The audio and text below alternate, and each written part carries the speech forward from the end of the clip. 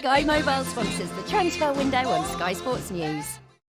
Just 8 hours and 11 minutes to go, and one of the big stories, I should say, in the last hour or so is that Tottenham have agreed a fee with Nottingham Forest for the winger Brennan Johnson, who's now on his way, we understand it, down to London for a medical. Let's head to Rob Dorset, who's at the City Ground for us today. Rob, let's start with the Forest end of this deal. We understand Johnson is on the move. Has he left the training ground? He has. We believe he left in a blacked-out car about 45 minutes ago. And let's just recap exactly where we're at, because this could be one of the biggest deals that we see on transfer deadline day. Brennan Johnson, a long-term target for Ange Postecoglou, a priority for the Spurs boss as we understand it in this window. But there's been pretty much stalemate between the two clubs for the last week or more. But things have moved pretty quickly in the second half of this morning and into the early part of this afternoon, as I understand it.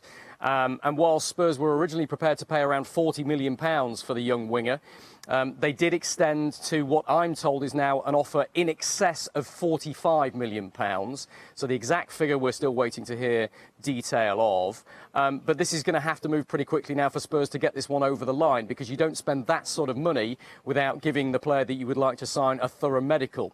My understanding is that Tottenham have now booked slots for Brennan Johnson to go straight into his medical as soon as he gets down to London, which is likely to be around tea time, isn't it? Maybe 4:30, 5 o'clock before he gets down to Tottenham. And then they have to get that medical through and get all of the paperwork done. And there are still one or two details of this contract still to be ironed out, and an agreement between the two clubs over the structure, the exact structure of those payments. The pictures you're looking at now are Brennan Johnson here at Nottingham Forest training ground earlier on this morning. He arrived, as did the rest of the Forest squad, for a training session as they make their final preparations ahead of tomorrow's game against Chelsea. So we knew Johnson would be heading to London one way or another today. We thought he might be going with the rest of the Forest squad in the next hour or so. They're due to leave to head to London. But no, he's gone ahead of them, because he's expected to complete a deal for Tottenham. He hopes he can complete a deal for Tottenham.